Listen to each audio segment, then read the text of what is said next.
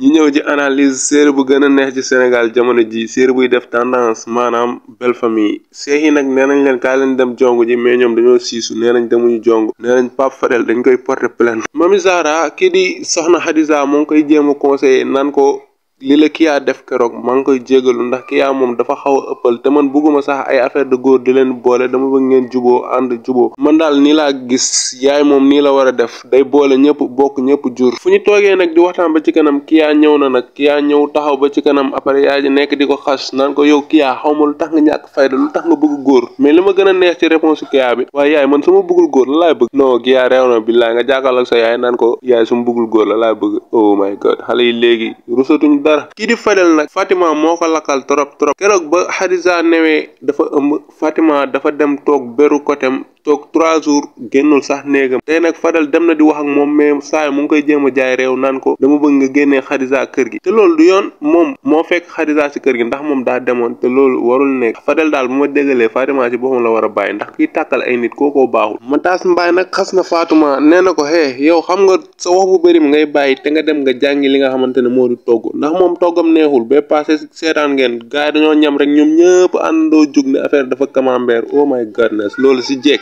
baaxul Kya nag ànd nag ki nga xamante ne moo di Fatima mu ngi koy jéem a fenal nag naan ko sama yaay mu ngi jéem a jël sa doom di ko jéem a utal ay far maanaam Assane ak ki nga xamante ne moo di Mami Zahra nañu ànd léegi nag mu ngi koy wax yaayu Fatima pour yaayu Fatima siisu si loolu Fatima encore une fois mu ngi dem fekkaat Hadiza ci biir waañ bi di ko jéem a tendance xam nga moom affaire de tendance yooyu moo ko neex fekk na ko fa di jéem a xuloog moom mais Fatima nee na ko man échauffement rek laa def ngay tiit man bu ma fubalee yow foo jëm man ak yow da ngay tee rek ba séeré lañ jëm ca penalty ya Fadel moom comme xelu xale la yor Fatima tegati na ko dil nee na ko dafa feebar fexe na boo fekk ko foofu mais Fatima ndakate dafa bëggoon tendance kii di Hadiza dafa bàyyi ba Fadel nekk si néeg bi ñu nekk fa di waxtaan mu jékki saa jël téléphone am woo ki nga xamante ne moo di Hadiza bu mu ko woowee nag moo Fadel ñuy wax ci suuf Hadiza jóge si néeg bi ñëw fii ruube yëngal yaam gën a xam gësam néeg bi Fadel man bu ma jéeg yabee yow yaa tax affaire yooyu daal nekk fa di ruube di yëngal mais mbindaan bi tamit seytaane la mbindaan bi seytaane la kenn xamul fu mu far tey day ñëw